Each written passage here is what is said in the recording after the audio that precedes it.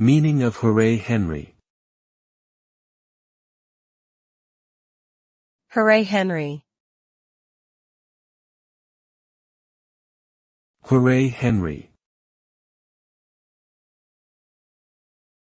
Hooray Henry.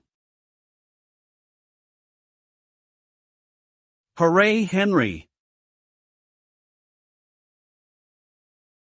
Hooray Henry is a term commonly used in British English to describe a certain type of upper-class, privileged man who is often seen as arrogant and entitled. The term was popularized in the 1980s and comes from the phrase "Hooray for Henry," which was often heard being chanted by public schoolboys.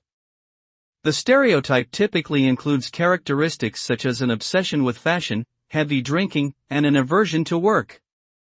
Some also associate the term with an upper-class accent and mannerisms.